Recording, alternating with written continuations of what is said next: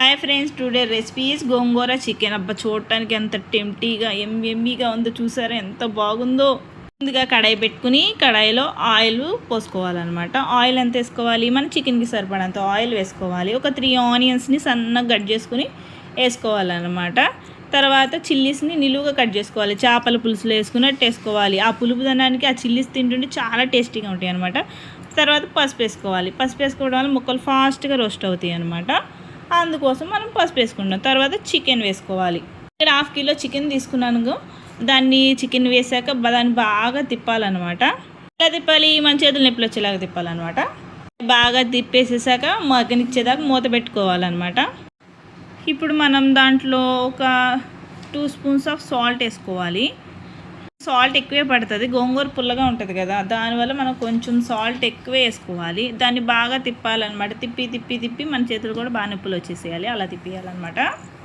తిప్పేసేసాక మళ్ళీ కొంచెంసేపు మూత పెట్టుకోవాలి. ఇప్పుడు అల్లం వెల్లుల్లి పేస్ట్ వేసుకోవాలి. నేను ఈ అల్లం వెల్లుల్లి పేస్ట్లో నువ్వులు గసగసాలు వేసి పేస్ట్ చేశాను అనమాట. దానివల్ల టేస్ట్ పెరుగుతుంది.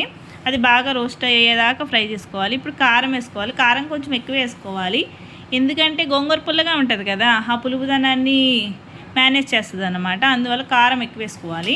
గోంగూరను ఉడకబెట్టుకుని దాన్ని మిక్సీ పట్టుకోవాలన్నమాట.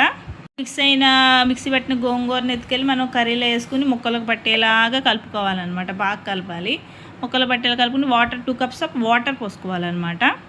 మళ్ళీ వాటిని బాగా కలిపేసేసి మూత పెట్టాలన్నమాట. మన చేపల కూరకి ఎలా పెడతామో అలా మూత పెట్టేసేసుకుని, చూడండి ఎంత బాగుందో, చూడడానికి ఎంత టెంప్టీగా ఎమ్మీగా ఉందో. చూడండి నోరు ఊరిపోతుంది అసలు ఆ స్మెల్కి, అరోమాకి. కొంచెం గరం మసాలా వేసుకోవాలి. బాగా కలపాలన్నమాట. కొంచెం కలిపాక మూత పెట్టేసుకోవాలి.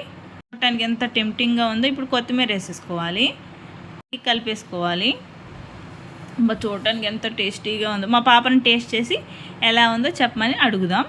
టేస్ట్ ఎలా ఉందో చెప్పు నాన్న. ఏంట్రా ఆలోచిస్తున్నావు? ఆస్వాదిస్తున్నాం.